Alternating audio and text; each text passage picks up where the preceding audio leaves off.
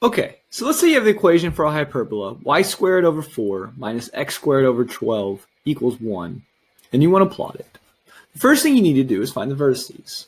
Well, I know because y squared is positive and x squared is negative, that this is going to be a vertically oriented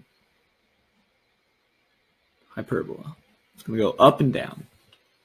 I also know, because this is with the form y squared over a squared minus x squared over b squared equals 1, that my two vertices are at the point 0 plus or minus a. So my two vertices are at 0, 2, and 0, negative 2. Okay. And I know this curve's up and down. Now let's say I actually wanted to plot it a little more exact. I can figure out where the foci are. So the foci are at 4 squared plus 12 squared, because a squared plus b squared equals c squared.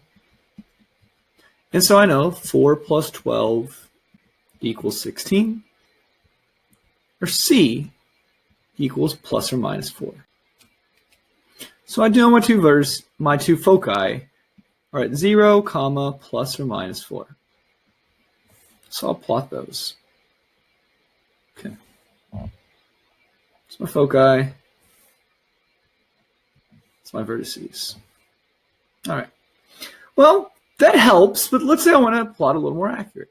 I know that the definition of the hyperbola is a set of all points such that the distance, the difference in the distances between the two foci is consistent. So in other words, the distance from this foci to this vertex is 2. The distance from this foci to this vertex is 6. So all those distances are going to be 4 apart. All right. Well, let's see how I could use that fact to my advantage. Let's say I want to plot the point that is on the same y coordinate as the focus. Okay. Well, this distance is 8.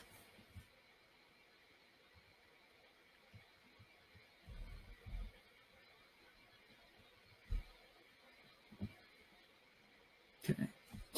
And I know that this would make a right triangle.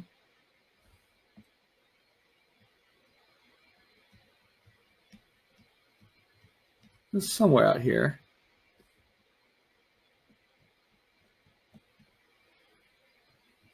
This is a hypotenuse.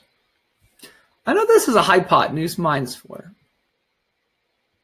So if only there was a triple such that one leg is 4 less than the hypotenuse. And in fact, there is with a length of leg 8. This would be 6. I have the point 6, 4.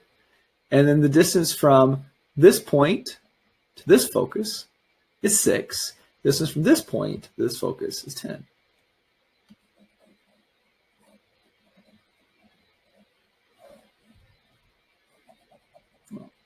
Using that exact same logic, I know that the point negative 6, 4 lies on this hyperbola. And I know that the point negative 6, negative 4 lies on this hyperbola. And I know that the point 6, negative 4 lies on this hyperbola. If you kind of draw that out, it begins to look something like that.